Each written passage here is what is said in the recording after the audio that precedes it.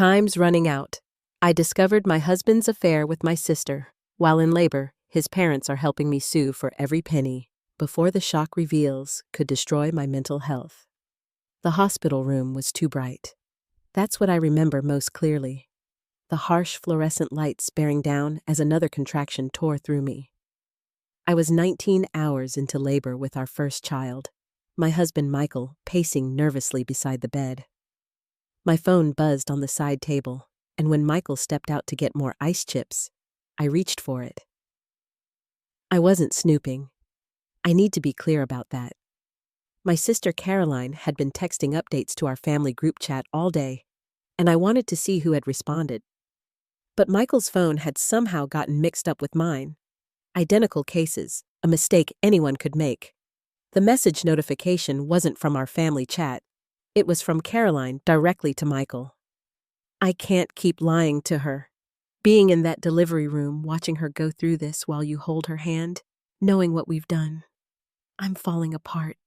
We need to tell her after the baby comes. My hands went numb. The phone slipped, hitting the linoleum floor with a crack that seemed to echo through the suddenly silent room. The pain of my next contraction blended with a different kind of agony. One that would outlast the physical trauma of childbirth by months, maybe years. In that moment, as my body worked to bring new life into the world, I discovered that the two people I trusted most had created a secret life behind my back. I didn't confront them. Not then. I couldn't. My daughter was fighting to be born, and she deserved better than to enter the world amid screaming accusations and shattered trust. So I said nothing when Michael returned. Nothing when Caroline arrived an hour later with forced cheerfulness and a stuffed bear. Nothing when they exchanged a look that I now understood with devastating clarity. Instead, I focused on breathing, on pushing, on meeting my daughter. And when Lily finally arrived at 3:17 the next morning, her perfect cry cutting through the room, I made a silent promise to her. I would not let their betrayal destroy us. I would protect her and myself from the wreckage they had created. I just had no idea then that my most unexpected allies in that fight would be the last people I'd ever expect, my husband's parents. Or that I would soon be racing against time to secure our future before my fragile mental health crumbled completely under the weight of this betrayal. The first 72 hours. They say the initial days after childbirth are a blur of exhaustion, hormones, and adjustment. For most new mothers, it's about learning to breastfeed, surviving on minimal sleep, and marveling at tiny fingers and toes. For me, it was about maintaining a devastating secret while my body recovered from major trauma.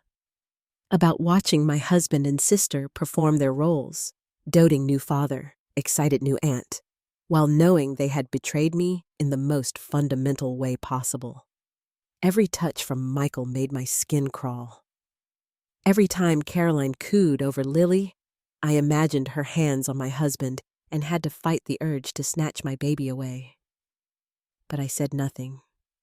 Not yet. I needed time to think, to plan. I was physically vulnerable, emotionally raw, and financially entwined with a man I no longer recognized. "You're so quiet," Michael said on our second night in the hospital as he adjusted my pillows. "Are you feeling okay?" I nodded, avoiding his eyes. "Just tired." "You're amazing," he whispered, kissing my forehead. "I'm so proud of you." I wanted to scream. How dare he stand there, playing the devoted husband, while carrying on with my sister? How long had it been happening? Weeks? Months? Years? The questions burned in my throat, but I swallowed them down. Not here. Not now. Caroline had left hours earlier, claiming work deadlines needed attention. In reality, I suspected she couldn't maintain the charade any longer. The text message made it clear she was struggling with guilt, though not enough to have prevented the affair in the first place. As Michael slept in the uncomfortable hospital recliner that night, I held Lily against my chest and silently wept. For the family I thought we had. For the future I'd imagined.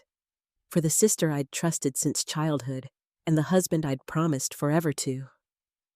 All illusions shattered with one accidental text message. But as the tears dried on my cheeks, something hardened inside me. A resolve took shape. I would not be their victim. I would not let their selfishness determine my daughter's future or my own. I needed to be strategic, to gather information and resources before confronting what I knew. Because once those words were spoken aloud, once the affair was acknowledged, nothing would ever be the same. And I needed to be prepared for the aftermath. The evidence. We brought Lily home on a Thursday afternoon. Our house, the 3-bedroom colonial we'd purchased with such hope 2 years earlier, felt like a stranger's space now. Family photos mocked me from every wall. Michael and me on our wedding day, Caroline standing beside me in her maid of honor dress, the 3 of us at Christmas last year, smiling into the camera with no hint of the deception underway. How hadn't I seen it? The signs must have been there. While Michael ran out to fill my prescription and pick up takeout, I began to look. It wasn't difficult. He'd grown careless, confident in my trust. His laptop password was still my birthday. His email opened without question. And there it was, months of exchanges between them, dating back to when I was just 4 weeks pregnant. I can't stop thinking about yesterday. "When can I see you again?" Caroline had written in April. "She has that doctor's appointment tomorrow at 2. Come over at 2:30. I'll make an excuse about working from home." Michael's reply, sent while I was worried about early spotting and potential complications with our baby. Message after message revealed their relationship evolving alongside my pregnancy.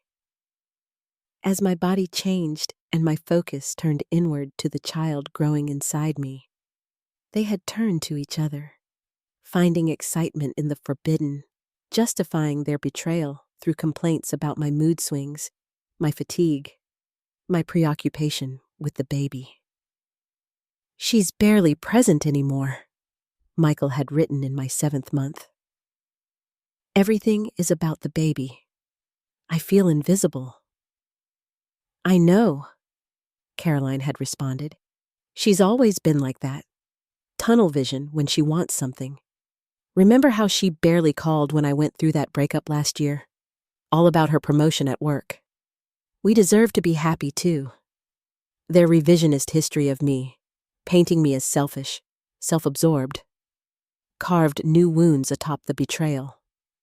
Was that how they truly saw me? Had they convinced themselves I somehow deserved this? The most damning evidence came from their plans for the future. 2 weeks before Lily's birth, they had been researching apartments in Chicago, a 6-hour drive from our home in Indianapolis. Michael had applied for a transfer within his company. They were planning to leave together once Lily arrived and I was sufficiently recovered. "We just need to wait until she's settled with the baby," Michael had written. "My parents will help her, and we can work out a custody arrangement. It's better to do this right." His parents? The same in-laws who sent me weekly care packages throughout my pregnancy? Who had renovated their guest room into a nursery for Lily's visits? They knew about this? I felt physically ill, barely making it to the bathroom before vomiting. Betrayal upon betrayal. An entire conspiracy of people planning around me while I naively prepared our home for a baby I thought we both wanted. When I heard Michael's key in the lock 20 minutes later, I had cleared the browser history and retreated to the nursery with Lily. I needed more time, more information, more leverage before this house of cards came crashing down around us. The unexpected allies. Michael's parents arrived the following day. Martha and George Evans, married 47 years, pillars of their community back in Ohio. I'd always admired their relationship, the easy companionship and genuine affection they showed each other even after decades together. "Let me see my grandbaby," Martha cooed, arms outstretched as she bustled through the door. George followed with their luggage, his kind eyes crinkling as he kissed my cheek. "You look exhausted, sweetheart," he said gently. "We're here now. You get some rest." I handed Lily over, watching as Martha expertly cradled her against her chest. They had raised 3 children of their own. This wasn't their first rodeo. Yet something in George's expression made me pause. A sadness behind his smile, a heaviness in his demeanor as he watched Michael enter the room. "Son," he acknowledged, the word clipped. Michael embraced his mother but barely met his father's eyes. "Thanks for coming. We could use the help." "Of course," Martha said, but her smile seemed forced. "Why don't you go pick up that grocery order while we get settled? Rebecca looks dead on her feet." When Michael left, something shifted in the room. Martha handed Lily to George and turned to me with purpose. "How are you really doing, Rebecca?" she asked, her eyes searching mine. I began, the practiced lie about being tired but happy dying on my lips. Instead, tears welled unexpectedly. "I'm not okay." Martha nodded, unsurprised. "We need to talk. Not here. When Michael gets back, tell him you're going to nap. Come to our room." Confusion and wariness battled within me. Were they part of the conspiracy after all? Coming to convince me to accept whatever arrangement Michael and Caroline had planned? But an hour later, sitting on the edge of the guest bed while Martha rocked Lily nearby, I discovered just how wrong I'd been. "We know about Caroline," George said without preamble, his voice heavy with disappointment. "We've known for months." "You... what?" The revelation left me breathless. "Michael called us in April," Martha explained. "Said he'd made a terrible mistake, fallen for your sister. Wanted our advice about how to minimize the damage when he told you." "And you didn't think to warn me?" Anger flared, hot and sudden. George shook his head. "We thought we'd talked him out of it. He promised it was over, that it was just temporary insanity brought on by anxiety about becoming a father." His hands clenched in his lap. "We believed him because we wanted to believe him." "But last week," Martha continued, "he called again. Said they were still together, planning to move to Chicago after the baby came. That's when we knew we had to intervene." "We raised him better than this," George said, his voice breaking. "His behavior is unforgivable, but more importantly, it's actionable." "Actionable?" I repeated. Martha reached into her purse and withdrew a business card. "Janet Levinson, Family Law. She's one of the best in Ohio, old college friend of mine. We've already spoken to her about your situation." My head spun. "You got me a divorce lawyer? Before I even knew I needed one?" "The clock is ticking, Rebecca," George said grimly. "Michael and Caroline have been planning for months. They have a financial strategy, housing arranged, probably a custody plan drawn up. You're days postpartum, physically recovering, emotionally vulnerable and blindsided. We're just trying to level the playing field." "Why?" I whispered. "Why would you help me against your own son?" Martha's eyes filled with tears as she gazed down at Lily. "Because this precious girl deserves better than a father who cheats on her mother with her aunt. because you've been nothing but wonderful to our family for 7 years. And because, her voice hardened, we didn't raise our son to behave this way. If he's chosen this path, he needs to face the consequences, all of them. They're moving quickly, George added. We found receipts for an apartment in Chicago on his credit card statement. Our family plan still sends us his bills. First month's rent and security deposit paid last week. Move-in date is 3 weeks from now. The timeline crashed over me. 3 weeks. While I was still healing from childbirth, while I was deep in the fog of newborn care, they planned to upend everything. What do I do? I asked, my voice small. You call Janet, Martha said firmly, pressing the card into my hand. Today. Now. And then you let us help you gather everything you need before Michael realizes you know. Time is critical here, George emphasized.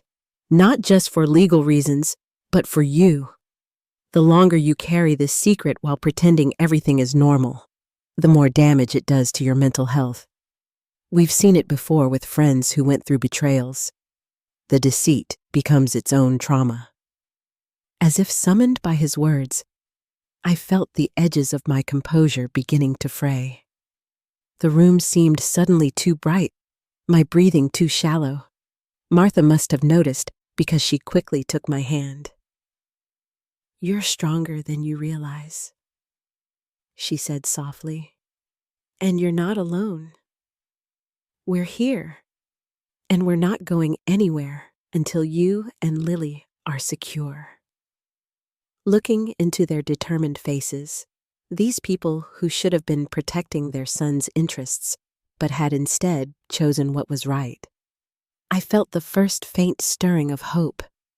Perhaps I could survive this after all. The legal chess game. Janet Levinson was everything Martha had promised. Sharp, strategic, and utterly unimpressed by stories of infidelity. Affairs happen, she said during our first call, which I took in the bathroom with the shower running to mask my voice. What matters legally is how we leverage the situation to secure your and your daughter's future. Indiana, she explained, was a no-fault divorce state. The affair itself wouldn't entitle me to more assets or support. But other factors worked in my favor. I was the primary caregiver to a newborn, temporarily unable to work due to maternity leave, and had evidence of Michael's intent to remove our child to another state.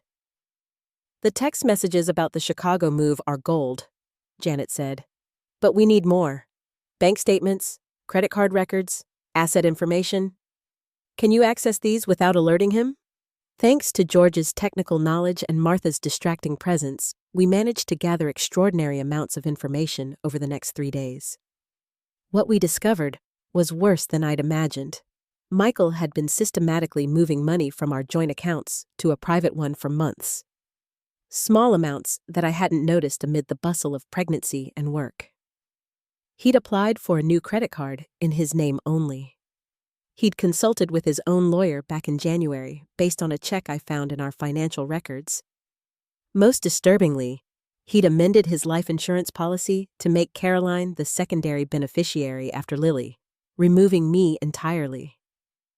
He's been planning this for almost your entire pregnancy, Janet concluded during our next call. The good news is, his preparations give us leverage. The bad news is, we need to move fast. The strategy she proposed was aggressive. File for emergency temporary orders granting me exclusive use of our home and primary custody of Lily, freeze all financial accounts to prevent further dissipation of marital assets, and request significant temporary support given my postpartum status and maternity leave. We'll file first thing Monday morning, she said. It was Friday afternoon. That gives us the weekend to complete the paperwork and for you to decide how you want to handle the personal confrontation. The confrontation. The moment I'd have to look Michael in the eye and tell him I knew everything. My stomach churned at the thought. I I don't know if I can face them both, I admitted. You don't have to, Martha interjected. She had been sitting beside me throughout the call, taking meticulous notes. George and I can be present, or it can happen through the attorneys after you're somewhere safe. Somewhere safe. The implication that I might be unsafe with my husband of 7 years should have seemed absurd. Yet the Michael I thought I knew had disappeared the moment I saw those text messages. Who was this stranger capable of months of calculated deception? What else might he be capable of when cornered? I think, I said slowly, I need to confront him before the papers are filed. I need to see his face when he realizes I know. But not Caroline, not yet, and not alone. The plan took shape. Sunday night, after Lily was asleep with Martha and George present, I would confront Michael. By then, all our documentation would be secured, copies stored safely with Janet and in Martha's possession. Monday morning, the legal proceedings would begin regardless of how the confrontation unfolded. As we finalized the details, a notification popped up on my phone. A text from Caroline. Can we talk tomorrow? Just us sisters? It's important. My heart raced. Did she know I'd discovered them?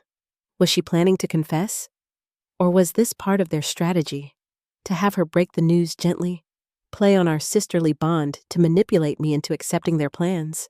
Ignore it, Janet advised when I read it aloud. Any conversation with either of them before we're legally protected could be dangerous. They could record you, provoke you, use your emotional state against you in custody arguments. She's right, George agreed. There will be time for confrontations after the legal safety net is in place. I nodded, silencing my phone. Caroline would have to wait. For once, my needs would come first. That night, as I nursed Lily into the quiet darkness of her nursery, I felt a strange calm descend. The initial shock and pain had hardened into something else. Determination, clarity of purpose. Every moment Michael continued his charade, believing me ignorant and vulnerable, I grew stronger. Each gentle word from Martha, each practical solution from George, each strategic move outlined by Janet built my resolve. Time was running out for Michael and Caroline's carefully constructed plans. They just didn't know it yet. The confrontation. Sunday evening arrived with thunderstorms, nature's dramatic backdrop for what was about to unfold in our living room. Lily was fed and sleeping soundly in Martha's arms upstairs.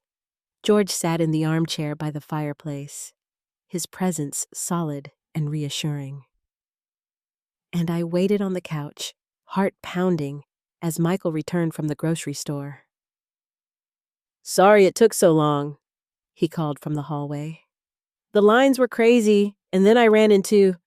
He stopped abruptly upon entering the living room, taking in the tableau, his father's grave expression, my rigid posture, the conspicuous absence of casual Sunday evening normalcy. What's going on? He asked, wariness creeping into his voice. Sit down, Michael, I said, surprising myself with how steady I sounded.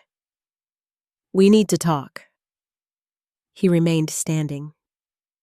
Is something wrong with Lily? Lily is perfect, I replied. This isn't about her. It's about you and Caroline. The color drained from his face so quickly I thought he might faint. For a suspended moment, no one spoke. The only sound was the rain lashing against the windows and the distant rumble of thunder. How long have you known? He finally asked, not bothering to deny it. Since I was in labor, I said. You mixed up our phones. I saw her text. He sank into the chair opposite me. God, Becca, Don't, I interrupted. Don't apologize. Don't make excuses. Just answer my questions. I took a deep breath. How long has it been going on? Since March, he admitted, staring at the floor. 10 months, almost my entire pregnancy. And the apartment in Chicago? You've already paid the deposit? His head snapped up, eyes widening at my knowledge of those details. He glanced at his father. Dad told you? I found out on my own, I said coldly. Along with the separate bank account, the consultations with a lawyer, and removing me from your life insurance. It wasn't supposed to happen like this, he said, running a hand through his hair. We were going to tell you properly, once you'd recovered from the birth. Give you time to adjust before discussing arrangements. How considerate, I remarked, sarcasm dripping from every syllable. Planning my future for me while I was busy growing your child. You don't understand, he insisted. Caroline and I, it's real, Becca. We didn't mean for it to happen, but now that it has, stop. My voice cut through his justifications like a knife. I don't care about your feelings for my sister. I don't care about your excuses or your plans or your version of events. What I care about is what happens next. George leaned forward. Michael, your mother and I have made our position clear. What you and Caroline have done is reprehensible.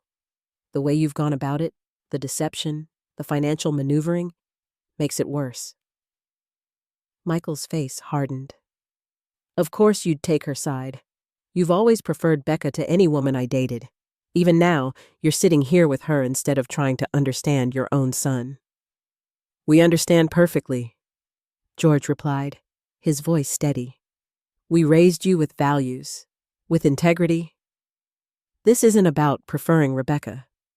It's about recognizing wrong when we see it. What do you want? Michael asked me, ignoring his father. Money? The house? What will make this simple? The callousness of the question stole my breath. As if my shattered trust, my broken family, my postpartum vulnerability could be negated with a property settlement. I want, I said deliberately, what I deserve. Half of everything we've built together. Full custody of Lily, with supervised visitation for you until she's older. And I want you to understand that actions have consequences. He laughed, actually laughed. You're delusional if you think any court will give you full custody just because I fell in love with someone else. I'm her father. I have rights.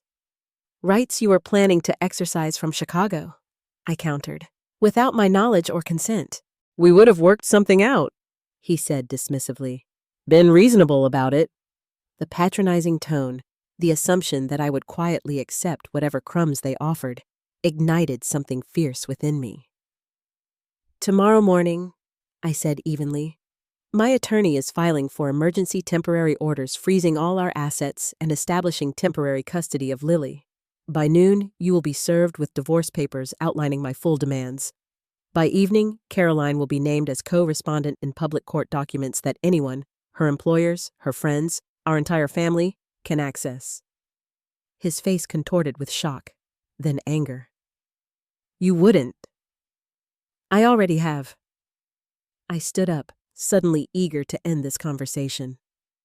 Pack what you need for a few weeks. The court order will grant me exclusive use of the house pending further hearings.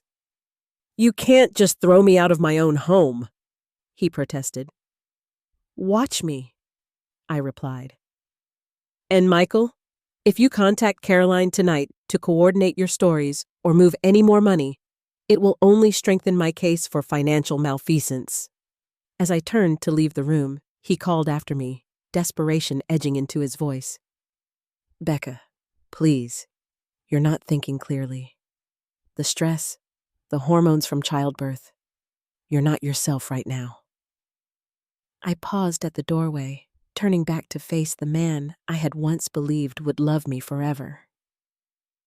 That's where you're wrong. For the first time in months, I'm exactly myself. And that's the person you should have been most afraid of crossing.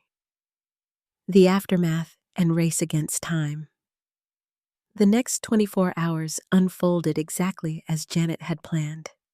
Michael spent the night in our guest room and left early the next morning without confrontation. By 10 a.m., all our joint accounts were frozen by court order. By noon, Michael had been served with divorce papers at his office, a deliberate choice to maximize his professional embarrassment. What we hadn't anticipated was Caroline's reaction.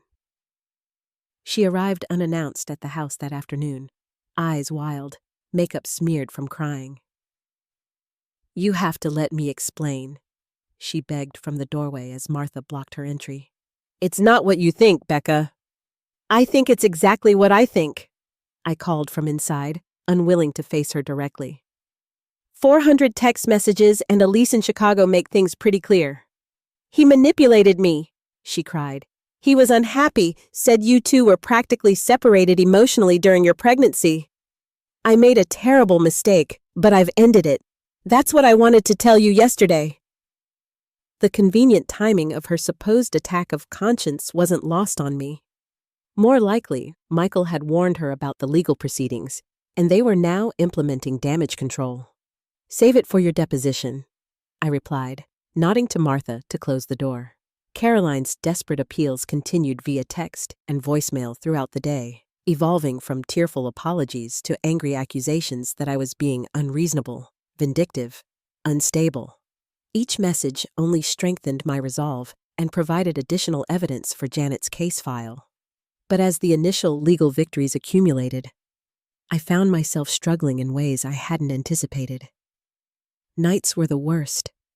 Awake with Lily, alone with my thoughts, replaying years of memories through the new lens of betrayal.